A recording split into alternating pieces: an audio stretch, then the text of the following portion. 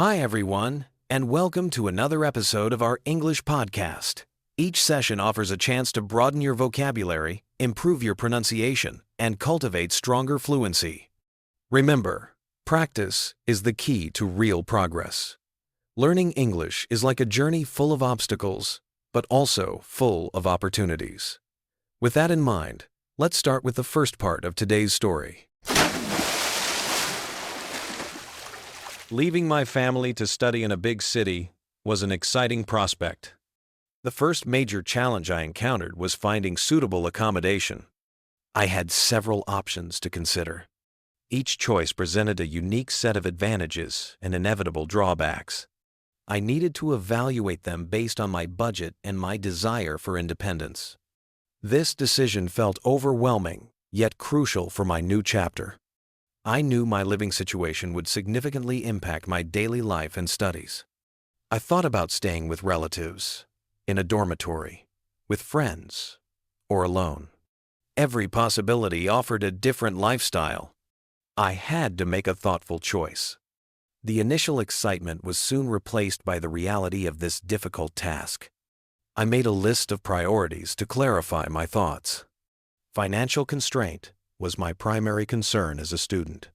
I also valued my privacy and a quiet space to concentrate. However, I did not want to feel isolated or lonely in a new place. Balancing these conflicting needs was the real challenge. A safe and secure environment was absolutely non-negotiable for me. I began my search by looking into the most economical choices. This process required patience and careful research. I was determined to find the best possible solution.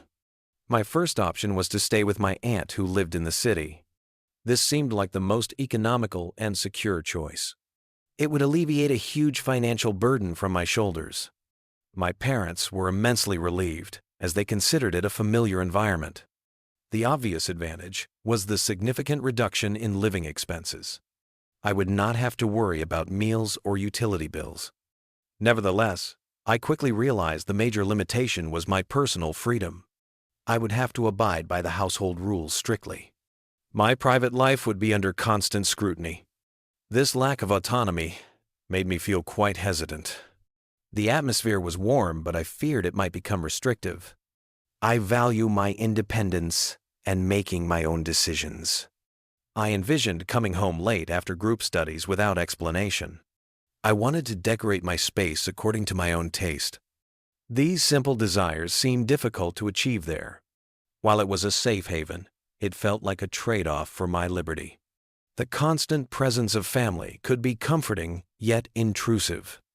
I appreciated their concern but needed my own space.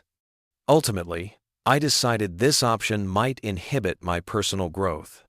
The sense of security was tempting, but the cost was my autonomy. I then investigated the university dormitory, a popular choice for students. Its main appeal was its affordability and proximity to campus. It presented a tremendous opportunity to socialize and build a network.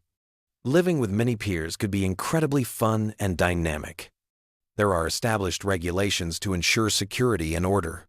However, the downside was the sheer lack of privacy. The constant noise and commotion could be highly distracting. It would be challenging to concentrate on my studies. I might have to endure inconsiderate behavior from roommates. The potential for conflict in such a crowded space seemed high. The dormitory promised a vibrant community life. But I am someone who cherishes quiet and solitude sometimes. The privacy I wanted would be nearly impossible to find there.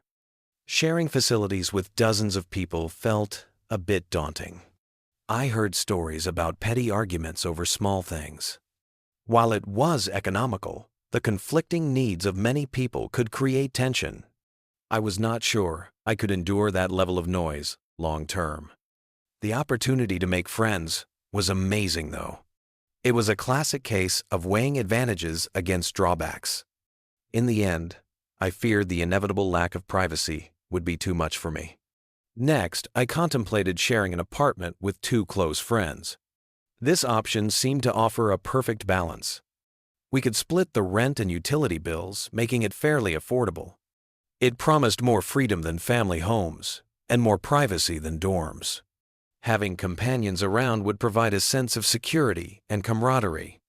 The significant hazard, however, was potential disagreement.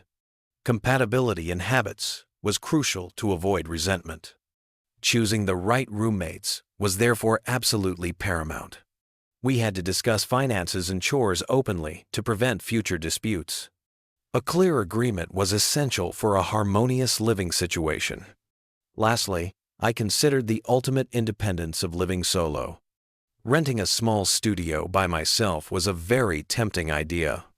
It would grant me complete autonomy and absolute privacy. I could organize my space and time without any compromise. It would be a profound opportunity to cultivate self-reliance. The obvious disadvantage was the financial implication.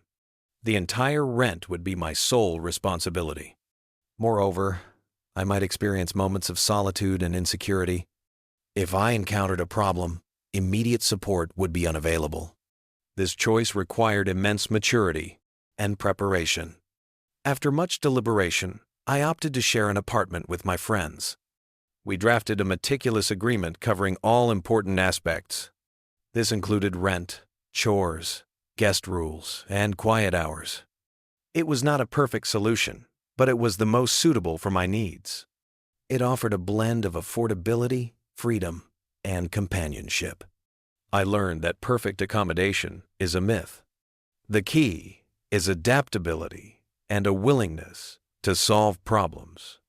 You must understand your own priorities and make concessions. If a situation becomes unbearable, you should not hesitate to change.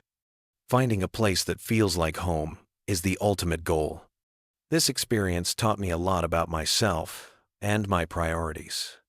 The initial overwhelming feeling was replaced by confidence.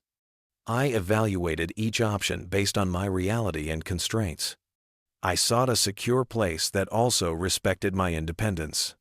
There are always advantages and drawbacks to every choice. The inevitable challenges are easier to face with a positive attitude.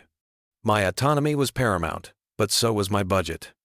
I am happy with my decision and ready to endure any small disagreement.